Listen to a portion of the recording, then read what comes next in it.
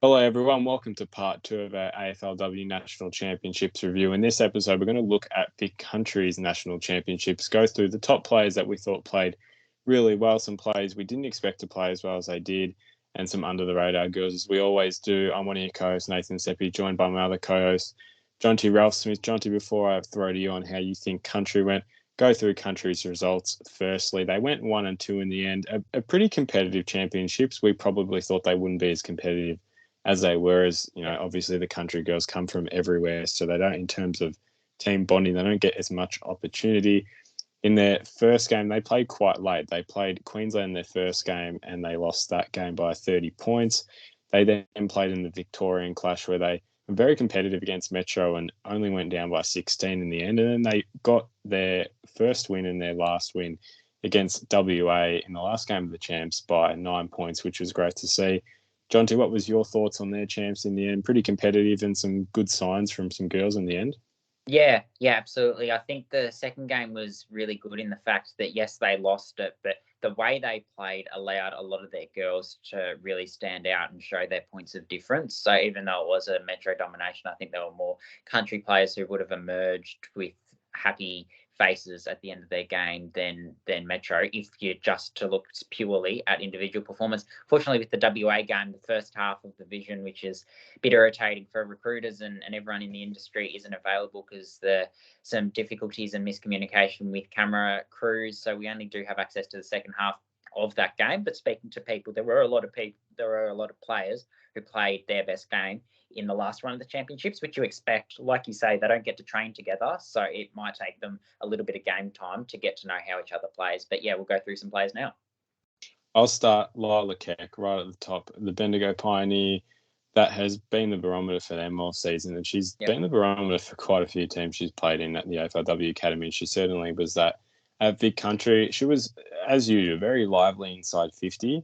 She did move forward a little bit, but she was mainly playing in that forward 50. Kicked a few goals.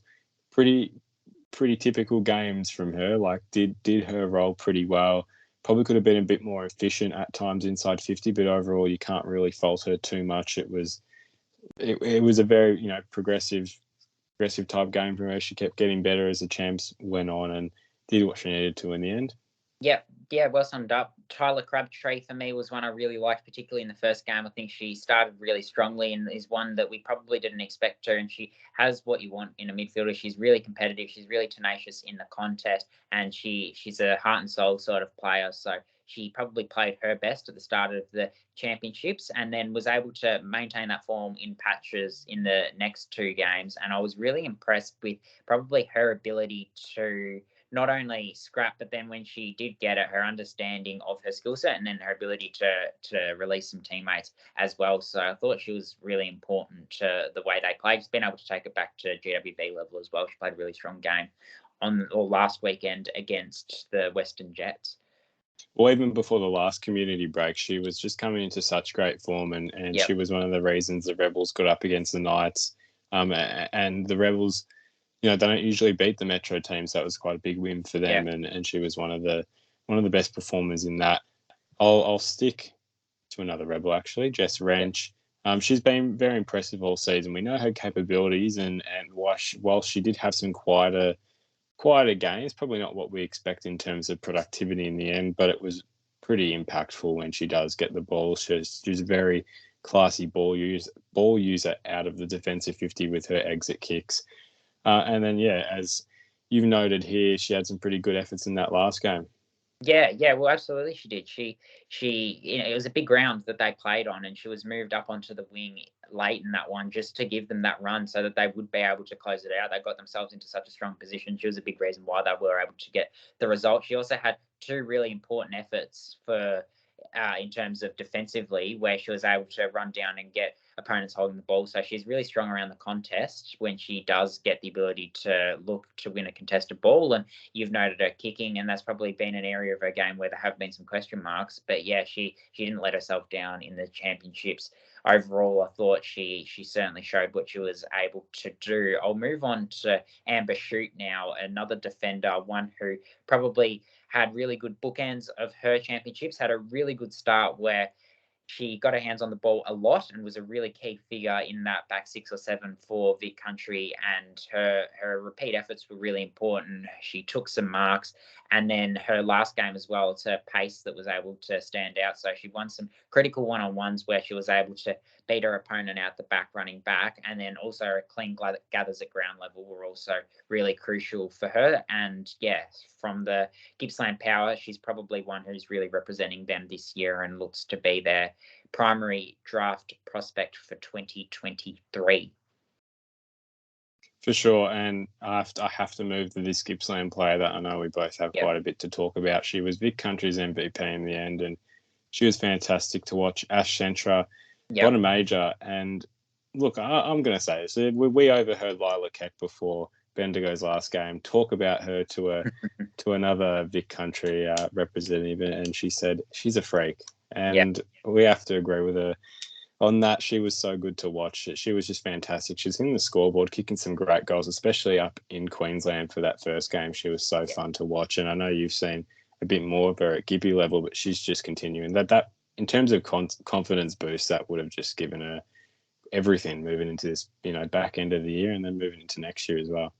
Yeah, like you say, it's a contested marking. It's the way she moves through traffic. It's her kick. And to think about the fact that she's played a lot of her footy in defence for Gippsland, that's where they've chosen to play her to showcase that versatility. Obviously, they've been under duress in the back line a little bit this season for various reasons. And then she's been able to do it on an offensive point of view as well. Really impressed with her. Ruby Murdoch, I'll move on to now, played the last couple of games for Vic Country. She's Dandenong Stingray, who has shown the ability to run and that offensive flair to her game. Really exciting player to watch at her best. I know you've liked watching her quite a bit this season, Nathan. What she did through the championships and what people wanted to see from her was the defensive accountability, the ability to match up. That small defender's role is one that's very important, but can be a difficult one to master. But I think she showed in both her games that she's able to effectively shut out her direct opponent. So she played on Alicia Pisano and kept her to just the one goal, kept her extremely quiet. There weren't even very many goal assists or much involvement in the forward 50 outside of that one moment where she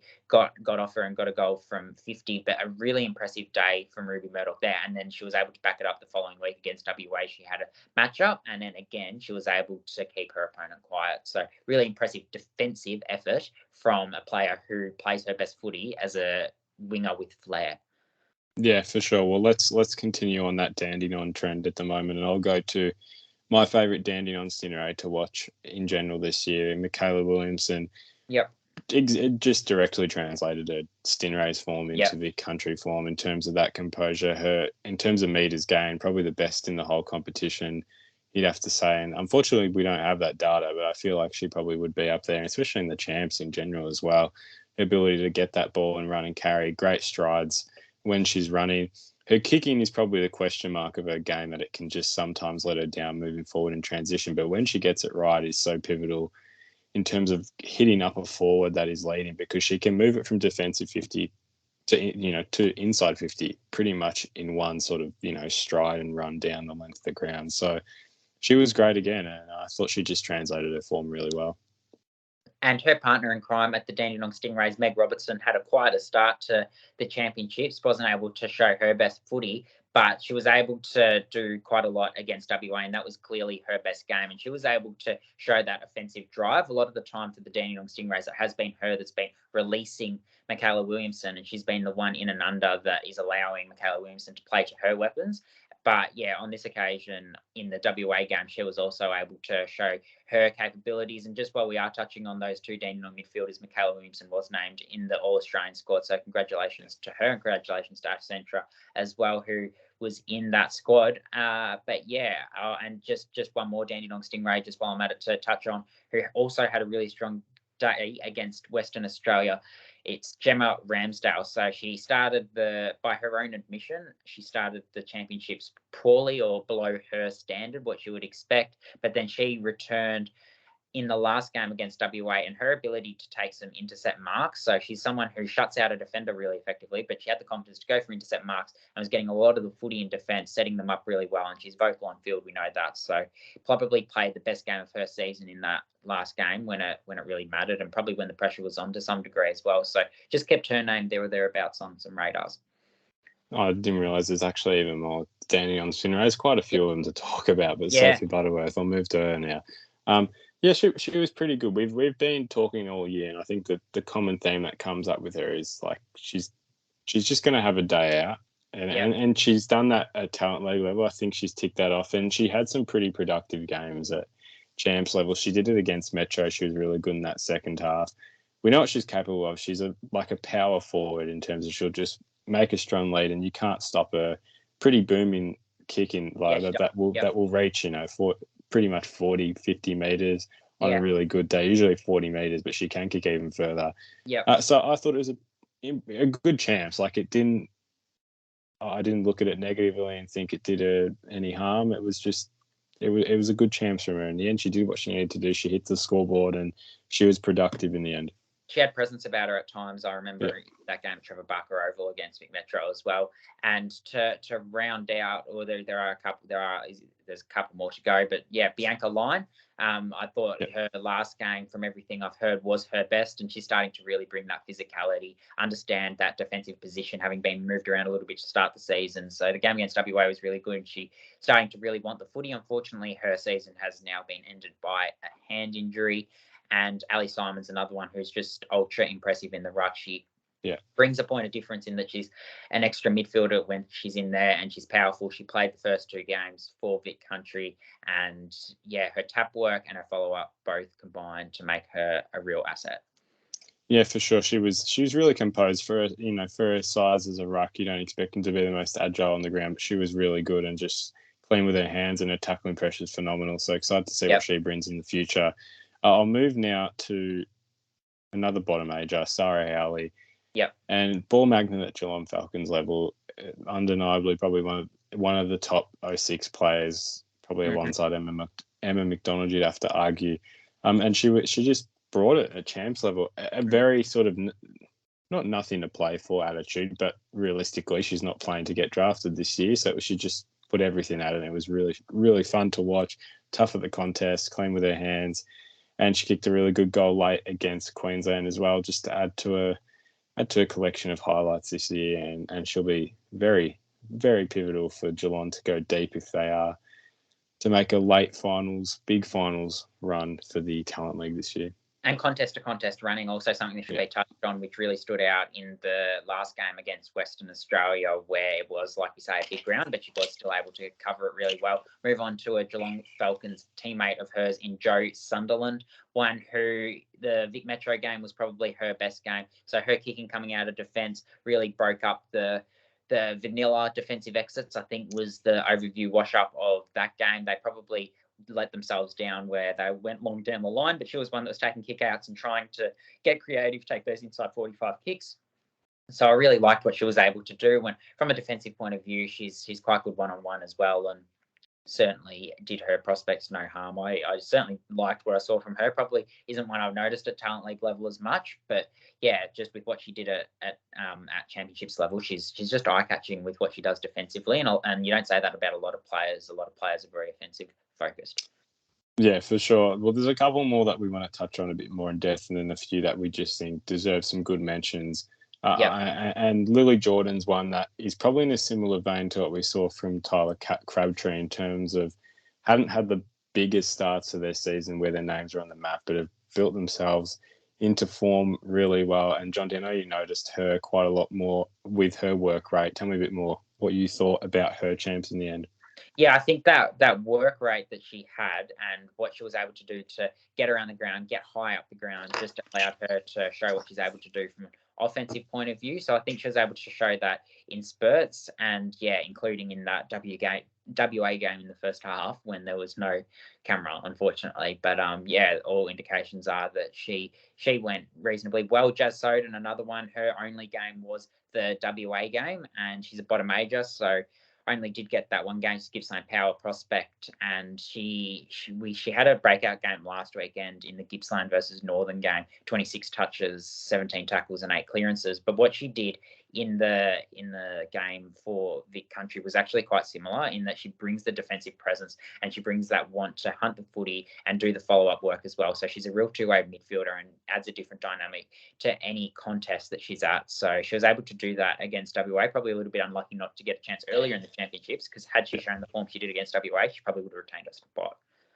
Yeah, for sure. And then the last one, Mika Morrissey from the Geelong Falcons, who was pretty good, productive, and really did her role executed to nearly perfection in terms of what she needed to do, and held her shape really well. Great with her defensive running. And again, Jonty, you noticed her, and a shame about that last game, because we're literally missing a piece of the puzzle in terms of this video. But she was fantastic in that WA game. Yeah, she was, like you say, disciplined, really disciplined, and hard running. And that again shone in the last game more than it has previously, because obviously the last game the ground was a lot bigger. But she was willing to do the hard work, and then she was also able to rip forward offensively and probably hit her form and hit her straps at the right time. Keely Fullerton, another one who played her best game against WA, so built into it and just provides that run. So important on the wing, Keely Fullerton, and I thought she showed a little bit in the first game as well. I did like what I saw from her. I thought she did what she could, and is an important low possession player for Bendigo when she's playing there. Millie Lang is one who took some nice intercept marks and did well in the last game. And Chantal Mason is one that I know you've been big on throughout the Talent League season, Nathan. Obviously kicks bags of goals for fun. Didn't necessarily translate that to national champs level, but did a little bit. Well, in when they played against Queensland, she had her moments. She's pretty strong. She was able to take, I think, 1 or 2 contested marks in the end. Probably didn't hit the scoreboard as much as she'd hoped. But I guess you'd have the likes of Ash Centra in there that you didn't expect to probably kick the goals she was, considering her, her history of the backline at Gippsland. It was probably a bit unexpected. Lila Keck in there. So there were a few more. She is, again, probably like Pisano at Eastern. She's the focal point in that forward line at Geelong. So when you translate that, when you have a few other forwards that are also big goal kickers, can't expect them to kick the bags they do at Talent League level. But she did have some good performances and some good moments. Chloe Adams against Vic Metro, another one who maybe flies under the radar a little bit, with Sarah Howley also being a real important asset in the contest for the Falcons. But I thought she did a little bit and is one that you certainly notice. And Bridie O'Rourke is just built well from an athletic point of view and was able to show a little bit with her kicking and some other little attributes that I liked as well. So that probably rounds out the players that I wanted to touch on, Nathan. Yeah, no, I think we've touched on everything there that we've wanted to. So we're going to do what we did with the Metro video. We've got 3 awards that we're going to give: MVP, Draft Bolter, and the Best 06 player. I'll start with the MVP. I couldn't think out of the box for this one. I had to go with Ash Centra. Mm-hmm. Yeah, I knew that you'd go with Ash Central. She's obviously the obvious one, but I'll go Sarah Howley just to be a little bit different. I thought, like we've talked about all the assets she's got, and quick hands. I think her kicking is really good for a midfielder as well, and that's only going to improve as well. So, no real faults in her game, and she just racks it up so easily. Well, she's my best 06. I'll move to best 06. Yeah, Howley takes my best 06. In terms of to translate that form from Talent League straight into Championships level is just outstanding. You don't expect them to go to that next level just like that. But she did it so well, and she's still, again, one that will build size and become even more competitive next year. So she's done extremely well. Who was your best 06? And Ash Centra was my best 06. I just done the other way around. So same reasons that we've already touched on. And then our bolter. This one I struggled with a little bit because I feel like the 06s had the best performances. This one maybe. My bolter's Michaela Williamson, but in terms of she's bolted her first round prospect hopes, I feel like. As in she's pretty much solidified why she will make any team, just adds such a valuable asset. She didn't, she could have had a poor champs, and that could have hurt her in a way, and she just impressed game after game. So she's bolted the first round spot. Yeah, and that's probably a fair overall appraisal, my bolter was Mika Morrissey. Yeah. I thought her ability to run the wings was just outstanding, and she caught my eye in the first 2 games just a little bit, just enough, and yeah, clearly worked into form and was really strong in that last one. Yeah, for sure. Well, that wraps it up. Our part 2 of our 2023 AFLW National Championships review. Check out the Vic Metro video if you haven't already, and listen to the podcast where we will cover the rest of the Coates Talent League girls competition as they move into finals, to keep track of how these girls are going. These are all girls from the Talent League. So excited to see how they finish off the season. Make sure to like and subscribe for more content, and we'll see you in another video.